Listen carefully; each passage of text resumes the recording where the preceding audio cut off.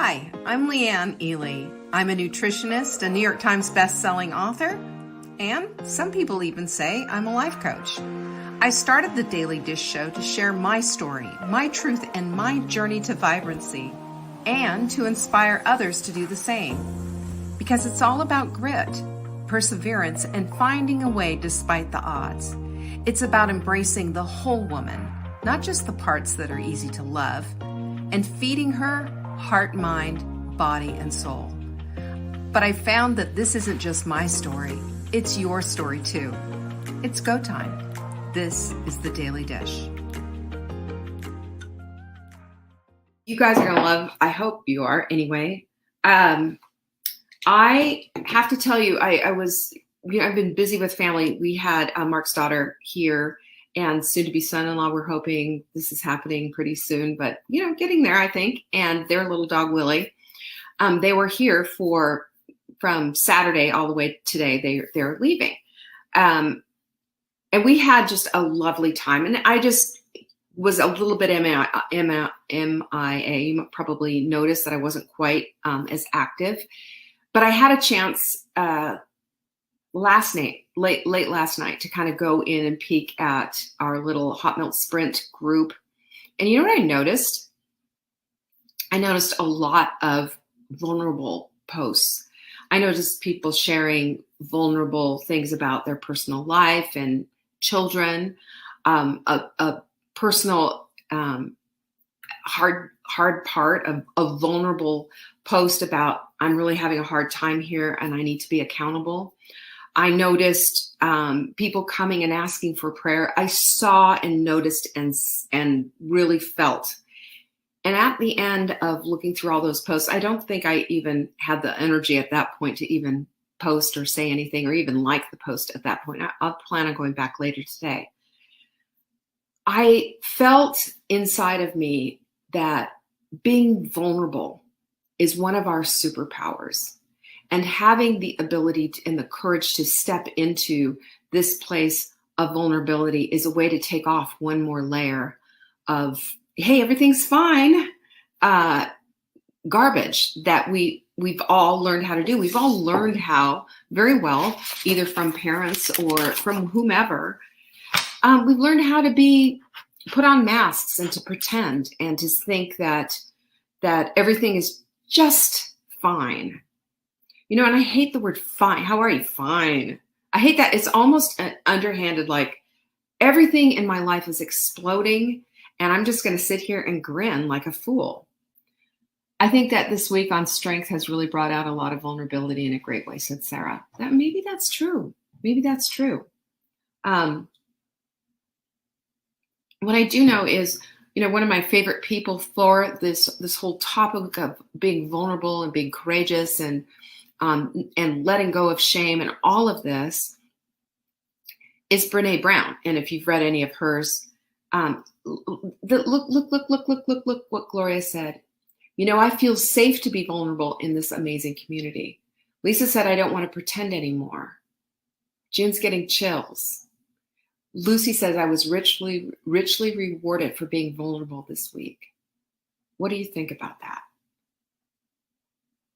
I don't know, maybe I'm not going to make it through this whole time without crying. But, I think you reach a new level of being a human being when you're able to connect on that kind of a level and just lay it out there, with a bunch of people that you've chit-chatted with, and posted with and encouraged and supported and what have you with, but you haven't met them in person, right? But when we have this kind of a community, can you imagine what it would be like if we were all together? Goodness. I don't know.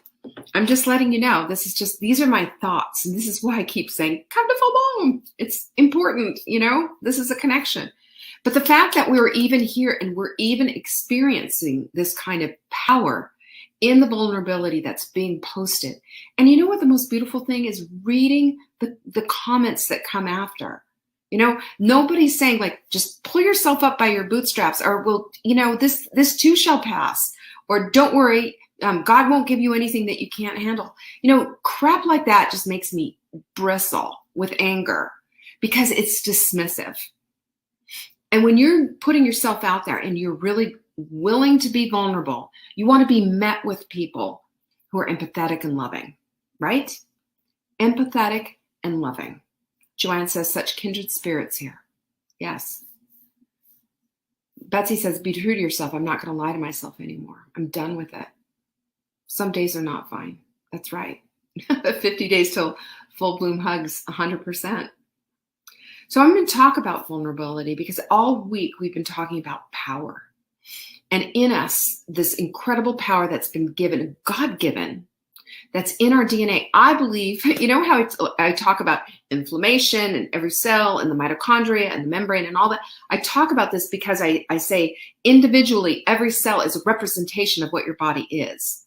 Well, I believe that inside of each one of those cells is this incredible power that we have that's part of our DNA that fortunately the human eye can't see, but God can.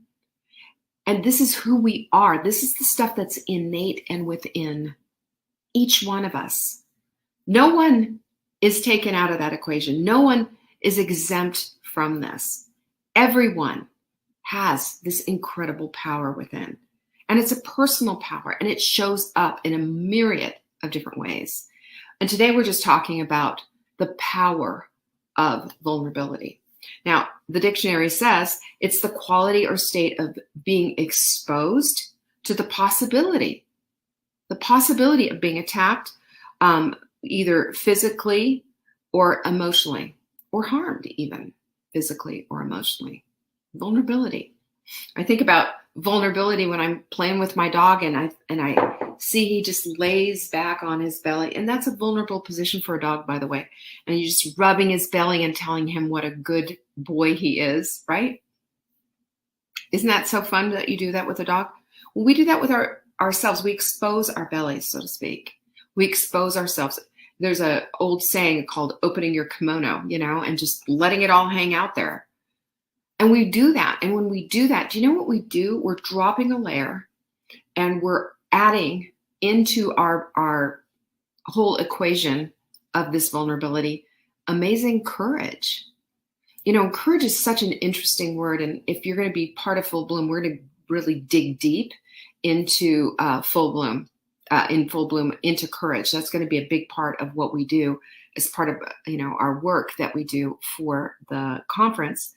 But talking about, vulnerability today, even though there's a courageous component, there's a lot of layers to vulnerability, and there's a lot of ways that we can actually harness this as a strength. Okay, let's talk about that. So yes, it can be hard. And the other thing about, like I said, opening up your kimono and everything, it can also be a real 2x4 upside your head, like it's just like, it's all out there. And I'm not talking necessarily cosmic 2x4 in like, oh, I just suddenly see and now, connect the dots here. I'm talking about like, this is hard. This is ripping the Band-Aid off. This is just showing it all out there, and it's miserably hard. And that happens for most of us because this is how we're built as humans, and also how we've been conditioned, in our families, right? Not that our families, we have evil families. I'm saying that we are all taught to be courteous and have manners, and how are you? Fine, right? That's just how it rolls. And please and thank you and you're welcome. And we are all good to go.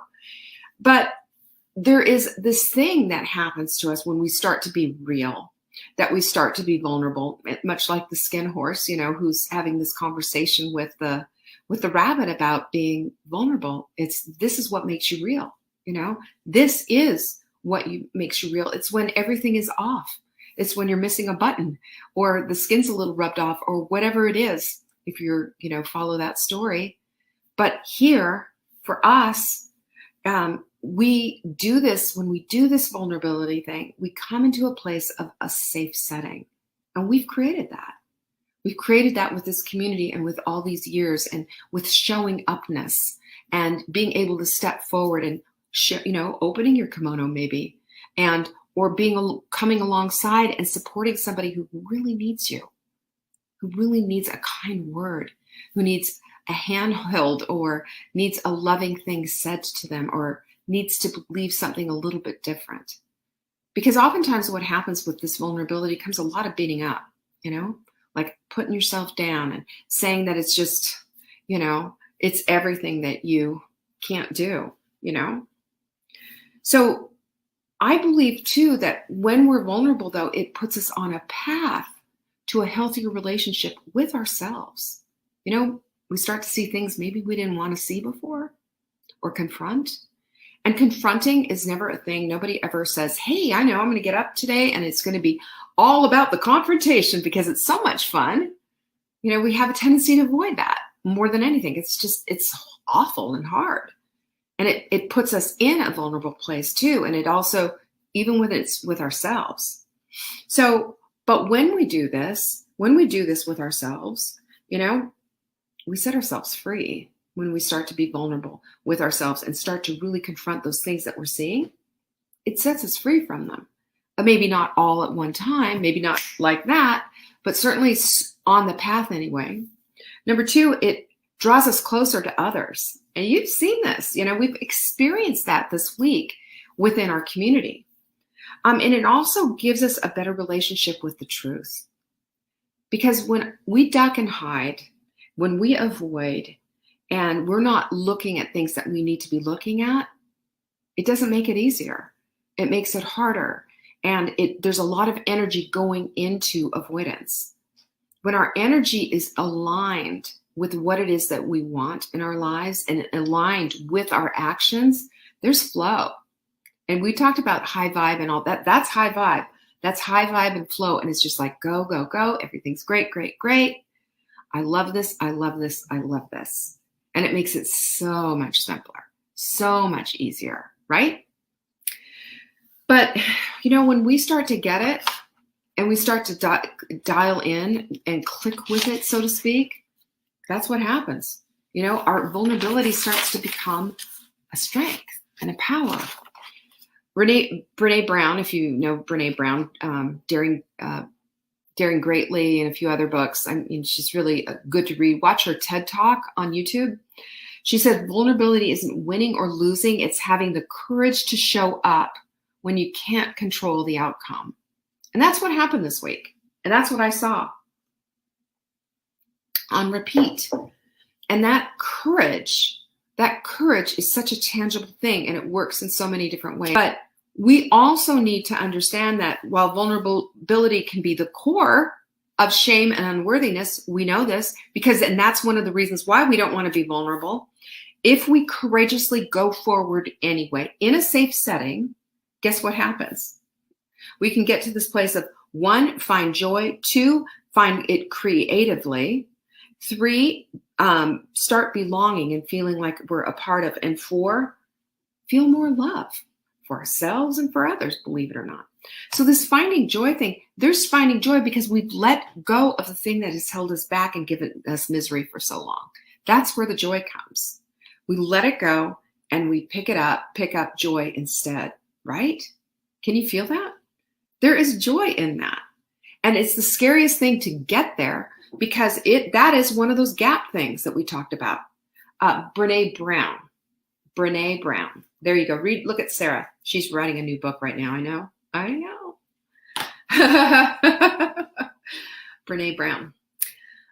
So you find joy in that. And we talk oftentimes about, our goals are here and we are here and we build bridges. There's a gap between where we are and there. And learning to build that bridge comes with all of our tools. And it also comes from letting go of things that no longer serve and no longer build, right? And we also understand that joy is in the journey. It's not just in getting there. We don't want to rush through our lives to just merely get to goals. We want to accomplish them, but we need to embrace the joy in the journey. Perfect. I love that. So good. We also need to understand that, creativity is where the solutions are, because we can't see our way to a solution to something if we're boxed in and very myopic and not willing to look at other viewpoints, not willing to open our eyes to other points of view, perhaps. And creativity gives us an opportunity to be solution oriented instead of just really hell bent on the problem. When we're hell bent on the problem, we're also oftentimes shut down, unwilling to look, unwilling to peel that onion, unwilling. And you can't be vulnerable when you're unwilling. Unwillingness is a fence. Unwillingness is a barrier to vulnerability. And that vulnerability is truly the thing that's going to set you free. Incredibly. And the third thing, the belonging part, well, do I have to even say anything about that? The belonging part is incredible. The belonging part is saying, hey, here I am in this safe community with a bunch of women I've never met. And here's what's going on in my life. Here are the things that are hard. Here are the things that say, yikes. Jonathan Swift says, may you live all the days of your life. That's beautiful. What a great quote. Thanks for that, Sarah. But isn't it true? We can't live all the days of our lives if we're unwilling to go into the place of creativity to see the solution. We can't. Vulnerability opens the door. And then love. Good grief. Have you noticed? Vulnerability leads to love, not just love of others, not just love, a little bit more of love with, your significant other or husband or whatever, but love to yourself.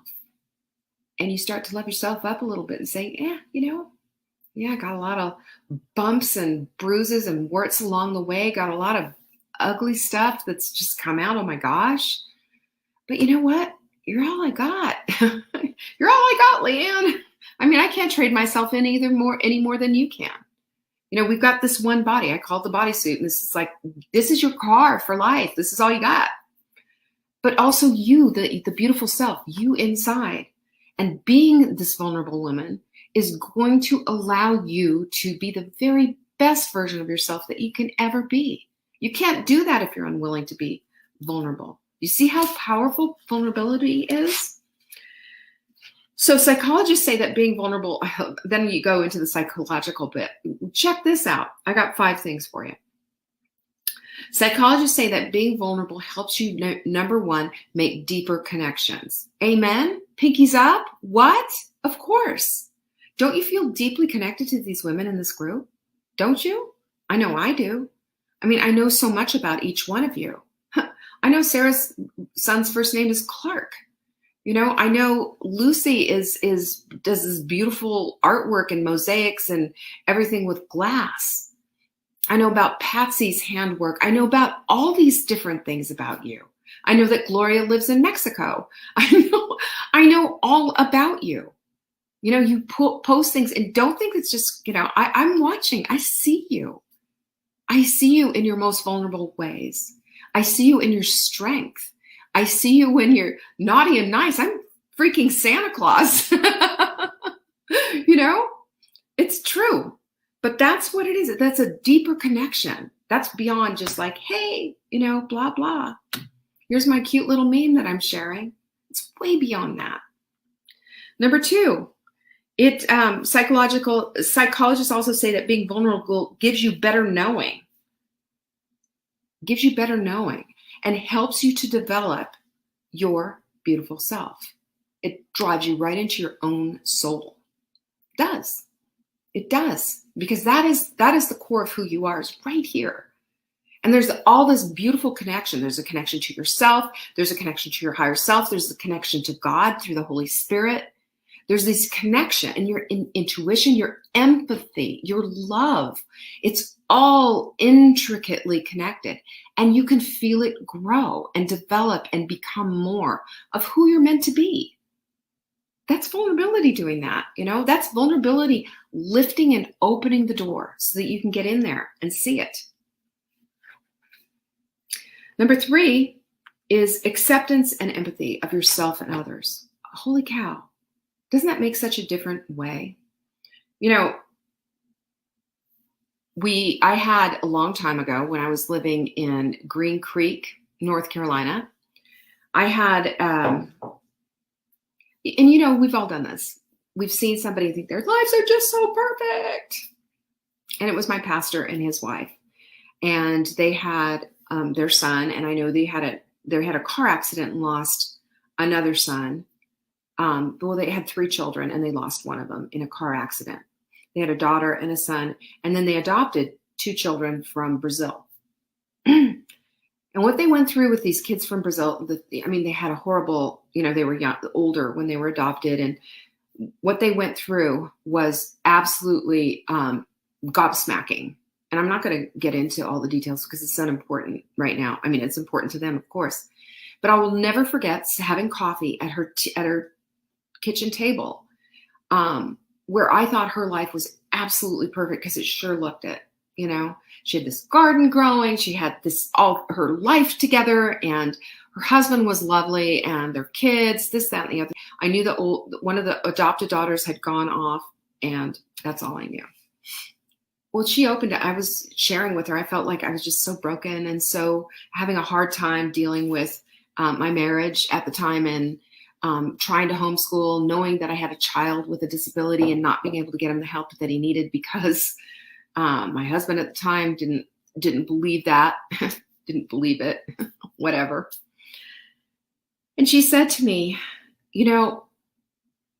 God gave me this opportunity through this adoption to really have to open my heart to see others in their hurting, to be able to be more empathetic. I believe with all of my heart that this was what he did, that this was this opportunity. She said, had I not adopted these children, I would just be telling everybody, pull themselves up by their bootstraps and just fix it. And you're okay. And God's got a way for you, and just placating them with all kinds of, Bible Band-Aids without really, truly loving. And she said, this has forced me to my knees so many times. I get it. I get struggling. I get pain. I get suffering now. And I want to say to you, anybody who's been through any kind of pain or whatever, that it opens our door to this vulnerable type of a life, and it opens the door for us to love greatly and deeply and empathetically and in a way we haven't before. That's your pain is the path to this kind of a life. Kind of a sad gift, maybe, but also a way for God to use you in a way that maybe he wouldn't have before. I offer that because I say, I see the struggles and I see the pain, and, I see the different things going through a divorce, having hard kids, having,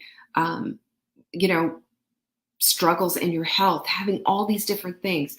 Maybe there's a path in that suffering. Have you looked for it? That's my open invitation for you. Number 4, it opens our eyes to other ways. We see things a certain way. We all have our own belief systems. But in our pain and in our struggle and in our place of vulnerability, we also can empathize now, even with our sworn enemies, right? We can, if we choose to. If we choose to. If we choose to see the humanity and the love and the God that resides in all of us, because he does. He's created and loves all of us. He's not just picking you out and dismissing everybody else. He loves us all, and we all suffer, and we all have something to offer, and we all are come to this world broken. And that brokenness can be a strength.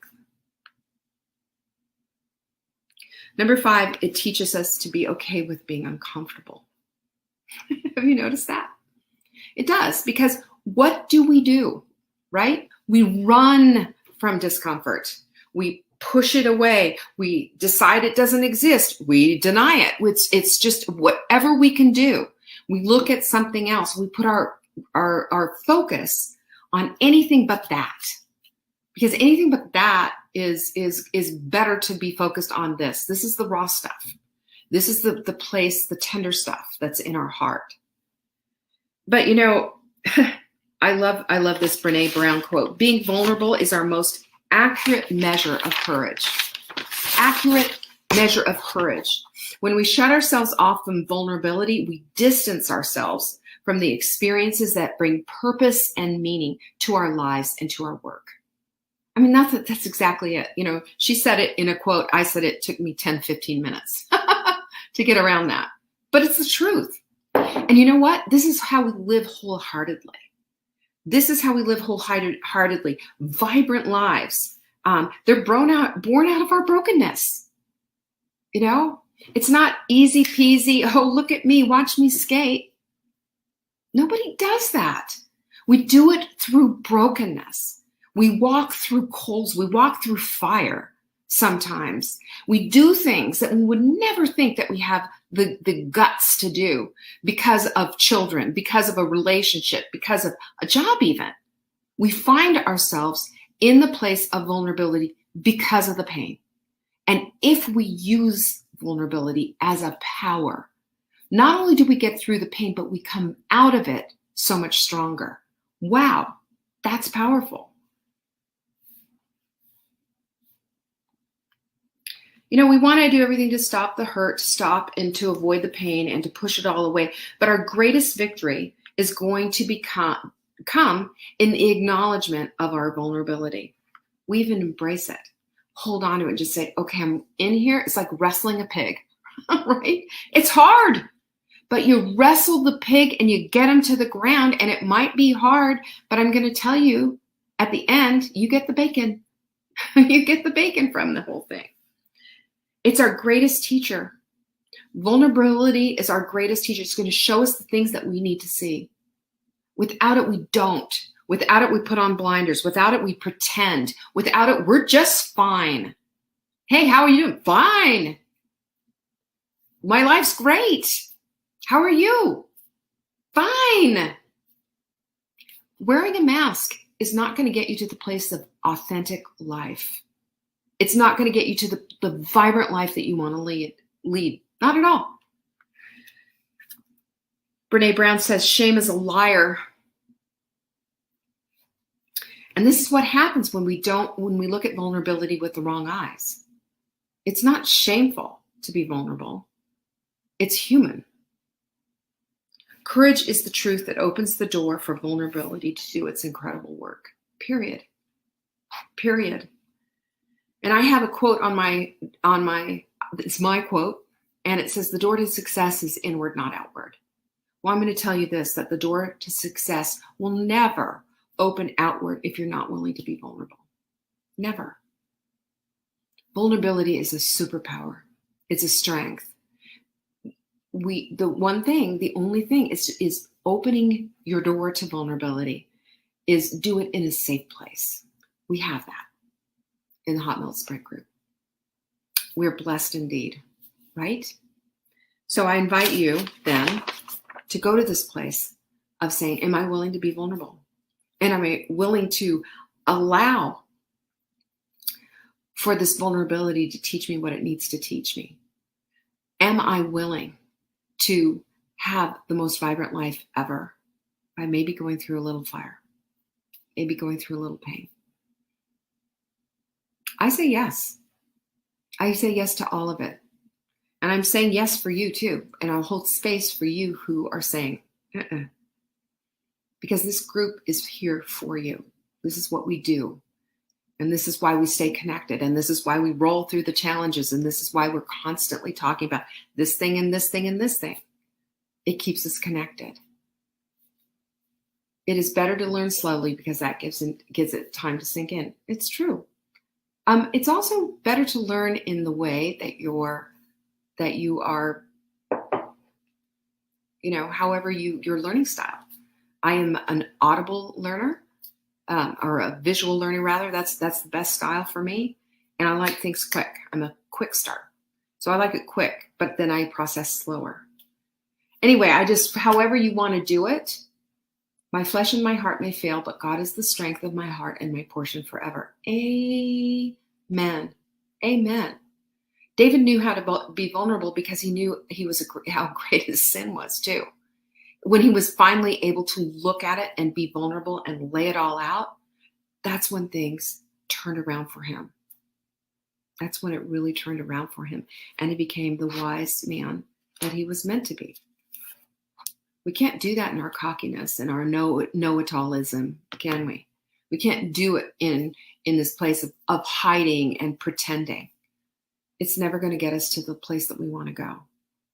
This is the hard work. But guess what? You know what the best part about this all is? It's ready for you at any time when you're ready to open up and you're ready to allow for this. And I say to that, pinkies up. You know why? Because that's what I want for you. That's what I want for all of us. That kind of vibrancy. Vibrancy comes and is birthed by vulnerability, if I could even say the word. That's all I have for you today. I think that was enough, don't you? Helen said very powerful. Thank you. I appreciate that. Thank you for that, Helen. Aw, Joanne. Aw, I love you, Joanne. Peace be with you. This way. See you later. Thank you for joining me today. You can find me on TikTok for daily tips to help support your most vibrant life. And remember, you are the author of your own story. Until next time.